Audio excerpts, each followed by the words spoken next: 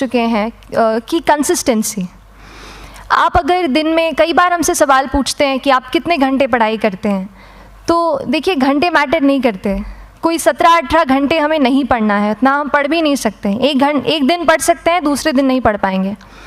5 से 6 घंटे ही आपको देने हैं या उतने निकालने हैं, पर वो जो वक्त आप अपनी पढ़ाई को देते हो वो कंसिस्टेंटली आपको रोज़ उतना ही अपने पढ़ाई को देना है।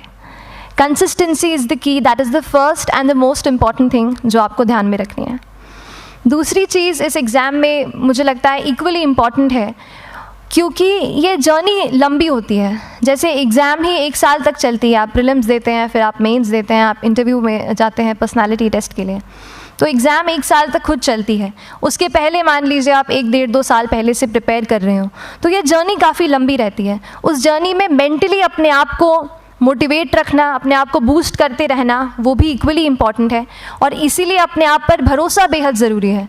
You need to have a faith in your yourself अगर आपने इसमें कदम रखा है, अगर आपने सोचा है कि आप सिविल सर्विस एग्ज़ाम देना चाहते हैं और देंगे, तो आपको ये ठान के उसमें जाना है कि हाँ मैं ये कर सकता या कर सकती हूँ।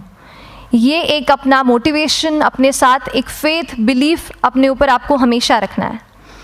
कमिंग टू प्रेपरेशन की कैसे तैयारी करनी है, बहुत सारी बातें आप सुन चुके हैं कि आंसर राइटिंग में कैसे करना होता है, आंसर राइटिंग का स्ट्रक्चर कैसा होना चाहिए। तो मैं शुरू में सबसे पहले ये कहूँगी कि मेरे प्रिपरेशन का बेस 2 चीज़ें रहीं। पहला था करंट अफेयर्स। करंट अफेयर्स इसलिए मैंने उसी से शुरुआत की क्योंकि करंट अफेयर्स सबसे इंटरेस्टिंग पार्ट होता है।